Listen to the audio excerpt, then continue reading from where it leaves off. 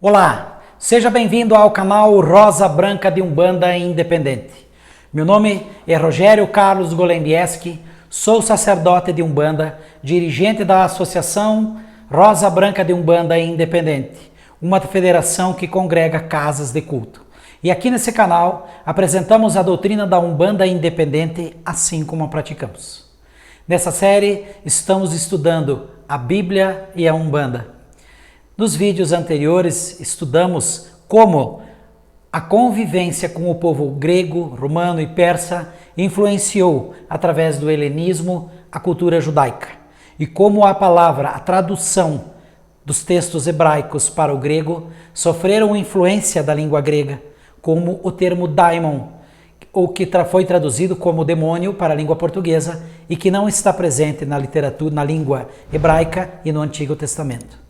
Mas além disso, teve um fator que foi marcante, que fez muita diferença e influenciou muito o Novo Testamento e a crença da época para o entendimento de que as possessões espirituais são possessões de demônios, assim como hoje é interpretado por muitos segmentos religiosos.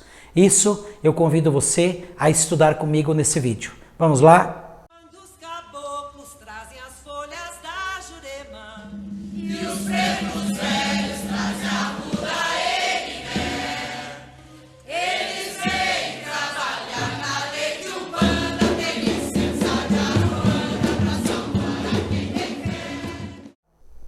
Em setembro de 476 d.C., o Império Romano na Europa Ocidental, que havia existido por meio milênio, 500 anos, por conta das invasões bárbaras, deixou de existir. A queda do Império Romano fez com que as pessoas deixassem de acreditar na magia, no misticismo, e estas voltaram a acreditar na demonologia. O povo desmoralizado buscou consolo nas explicações sobrenaturais e carente encontrou no cristianismo um meio de satisfazer muitas das suas necessidades psicológicas e emocionais. As pessoas que agora estavam abaladas encontraram na psicoterapia religiosa uma salvação médica, substituindo as deidades protetoras nas quais eles acreditavam até então, porque estas deixaram de ser importantes, elas não eram mais imponentes, elas não conseguiam mais defendê-los. Agora frustradas, as pessoas se converteram ao cristianismo. E a dualidade fez com que antes o que eram deuses protetores se tornassem demônios malignos. O cristianismo, que ao combater a religião grega e também a romana, passou a colocar chifres no diabo por conta do deus grego, o Pan. Uma figura representada meio homem, meio carneiro, chifrudo, que seduzia os jovens. Da mesma forma que o tridente de Poseidon passou a ser combatido. Netuno para os romanos, pois o tridente era símbolo dessa divindade, agora passava a ser símbolo do mal. Essa dicotomia ocorre até hoje. Um exemplo típico é como algumas igrejas cristãs identificaram na figura de Exu africano, que estudamos na história da Quimbanda aqui no canal, a figura do diabo. E assim agora temos os daimons, divididos em duas partes. Uma entidade que era considerada benéfica não era mais considerada um daimon, mas um anjo, uma manifestação celestial do bem, que é o que encontramos, por exemplo, em Hebreus capítulo 1, versículo 14. Deus tem seus espíritos trabalhando no seu projeto. Efésios capítulo 1, versículo 17. Ó Deus, ó Pai da glória, enviai-nos um espírito de sabedoria. E se a manifestação fosse considerada maléfica, ela era atribuída a um daimon. Mas na tradução, agora ela vira um demônio, que é o exemplo de Lucas capítulo 4, versículo 33 e 35. Estava na sinagoga um homem que tinha o espírito de um demônio imundo e exclamou em alta voz, dizendo: Ah, que temos nós contigo, Jesus Nazareno? Vieste destruir-nos? Bem sei que és o Santo de Deus. E Jesus o repreendeu, dizendo: Cala-te e sai dele. E o demônio, lançando-o por terra, por meio do povo, saiu dele, sem lhe fazer mal. Em Mateus, capítulo 10, versículo 1, e chamando os 12 discípulos, deu-lhes poder sobre os espíritos imundos para os expulsarem e para curarem toda enfermidade e todo o mal. Porém, esses demônios são sempre, atenção, isso é muito importante, seres intermediários entre Deus e o diabo. Eu digo isso por quê? Porque não há no Antigo Testamento, nem no Novo Testamento, um exorcismo ou uma possessão que tenha ocorrido com o diabo em pessoa. Isso não é presente na Bíblia. Isso não acontece. Não há nenhuma narrativa que fala de uma possessão do próprio diabo em alguém. Então, por que somente demônios intermediários fariam as possessões? No Antigo Testamento, Deus envia espíritos malignos para atormentar e punir quem lhe desobedeceu. E no Novo Testamento, sempre se vê uma possessão de um demônio intermediário, como é o caso da expulsão de demônios, expulsão de espíritos imundos, mas, atenção, muito associado à expulsão de demônios, existe um fator que é o tema desse vídeo. Um fator muito importante, que impactou muito e que colaborou muito para criar essa ideia de demonização, que é a cura dos doentes. Em Lucas capítulo 7, versículo 21, diz: e naquela mesma hora Jesus curou muitos de doenças e todos os tipos de sofrimento, bem como de espíritos malignos, e concedeu visão a muitos que eram cegos. Depois disto declarou aos mensageiros: ide relatai a João tudo o que viste e ouviste. Os cegos veem, os aleijados andam, os leprosos são purificados, os surdos ouvem, os mortos são ressuscitados e o evangelho é pregado aos pobres. Vamos analisar algumas curas de Jesus.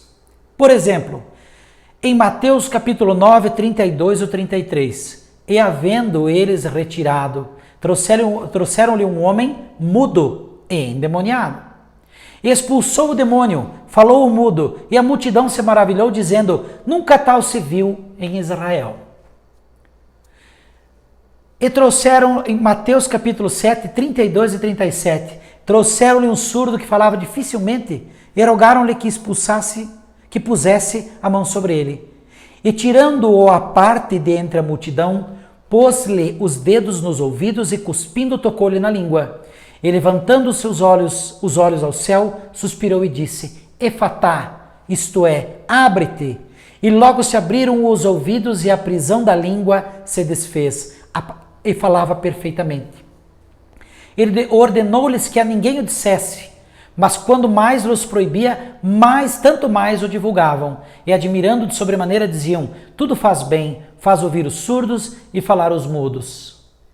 Um caso que chama a atenção é Lucas capítulo 9, 38 e 43.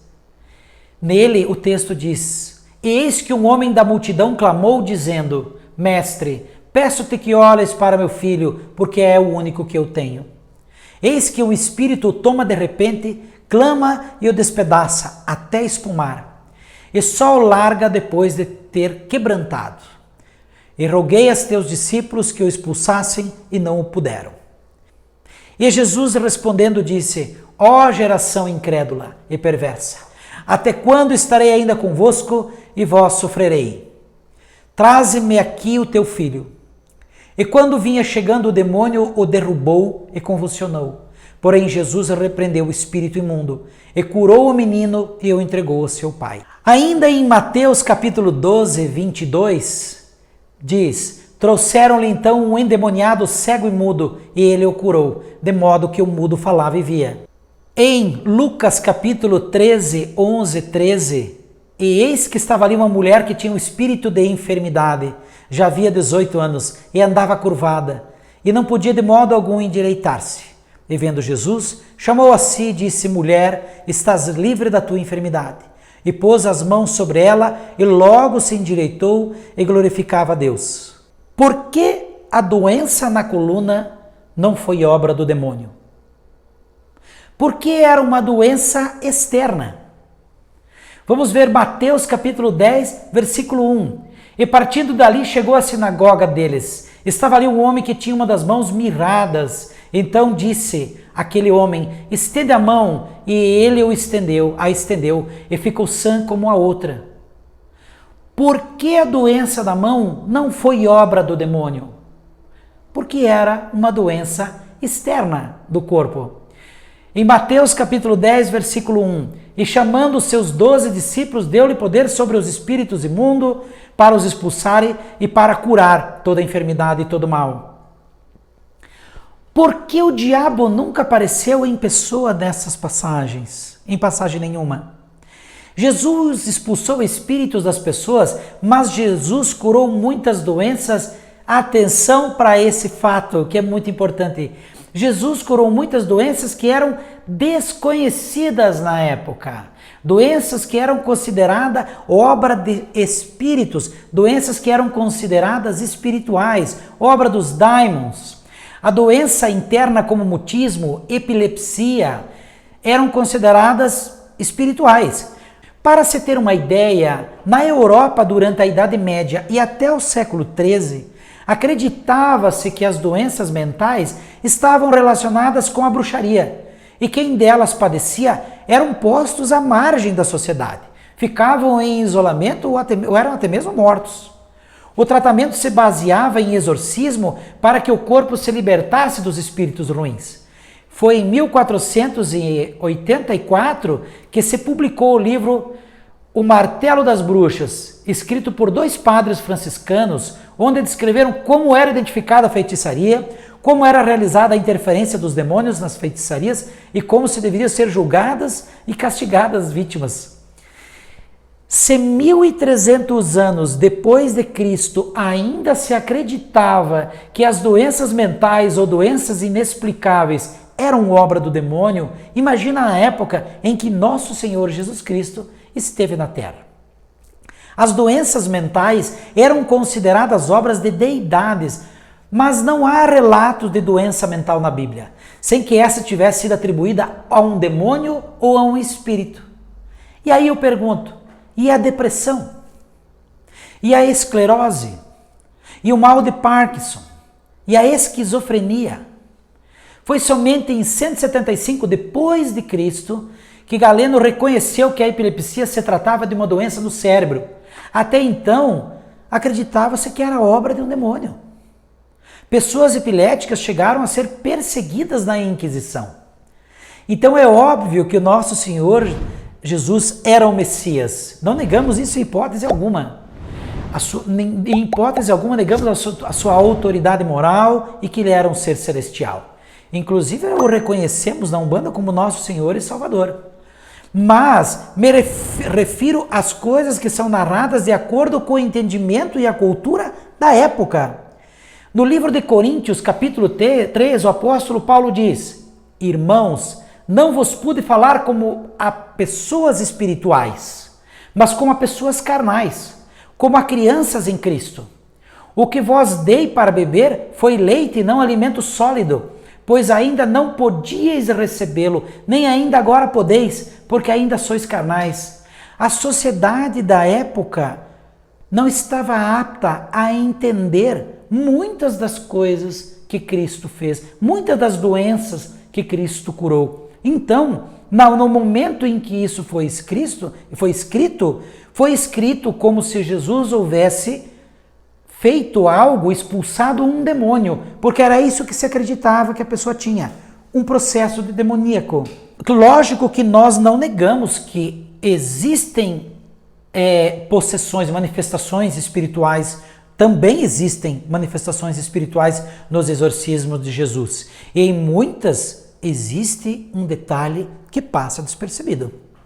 Em Lucas 4, 33, 35, diz: estava na sinagoga um homem que tinha o espírito de um demônio imundo e exclamou em alta voz, dizendo: ah, que temos nós contigo, Jesus Nazareno, viesse destruir-nos, bem sei quem és, o Santo de Deus.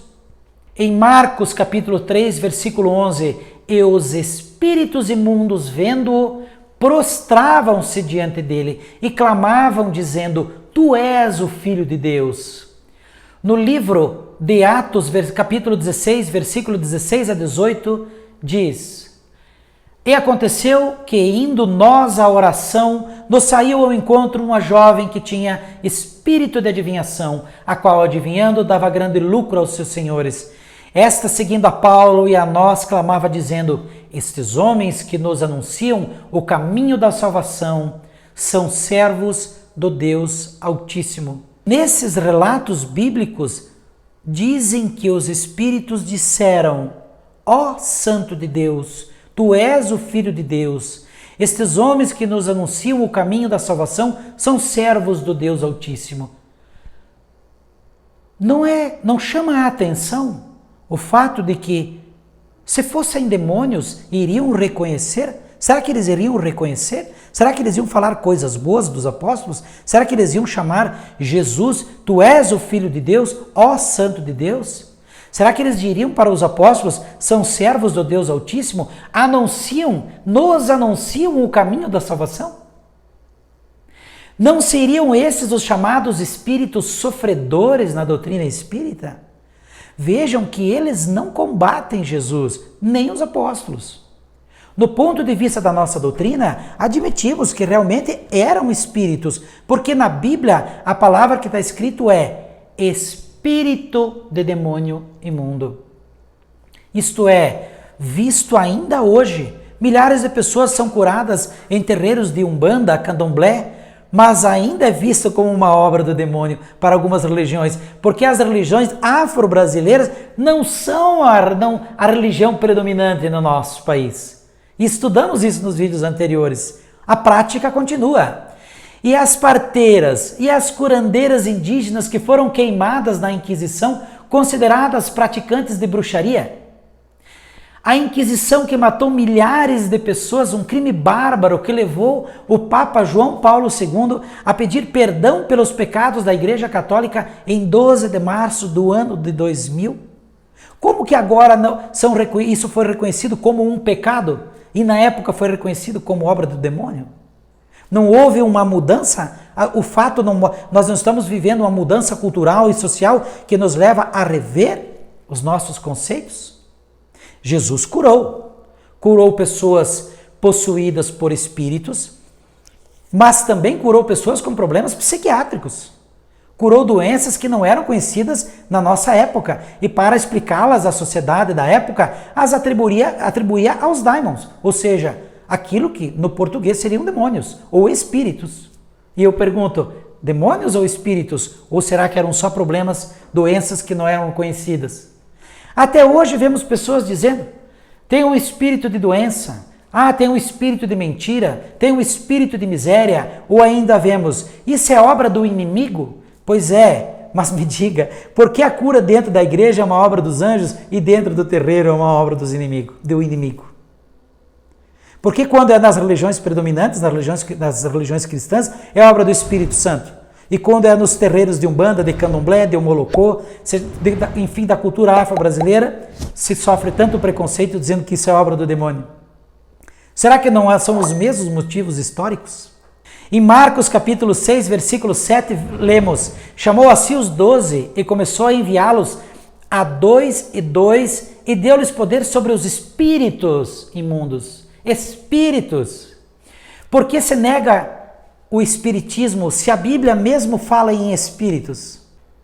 E o que dizer de 1 João capítulo 4, versículo 1, que diz: amados, não creiais a todo o espírito, mas provai se os espíritos são de Deus, porque já muitos falsos profetas se têm levantado no mundo.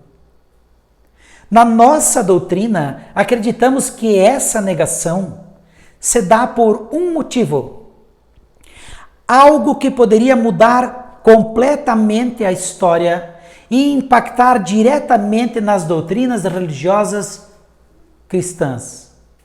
Algo simples e ao mesmo tempo complexo. Algo estranho e ao mesmo tempo muito presente na nossa vida. Que fator é esse que faz tanta diferença? Isso eu convido você a estudar comigo no nosso próximo capítulo, no nosso próximo vídeo, que é o vídeo final dessa série. Até lá, eu deixo a todos o meu fraterno Saravá. Pomedipi, pomedipi, na inoaiete, pomedipi.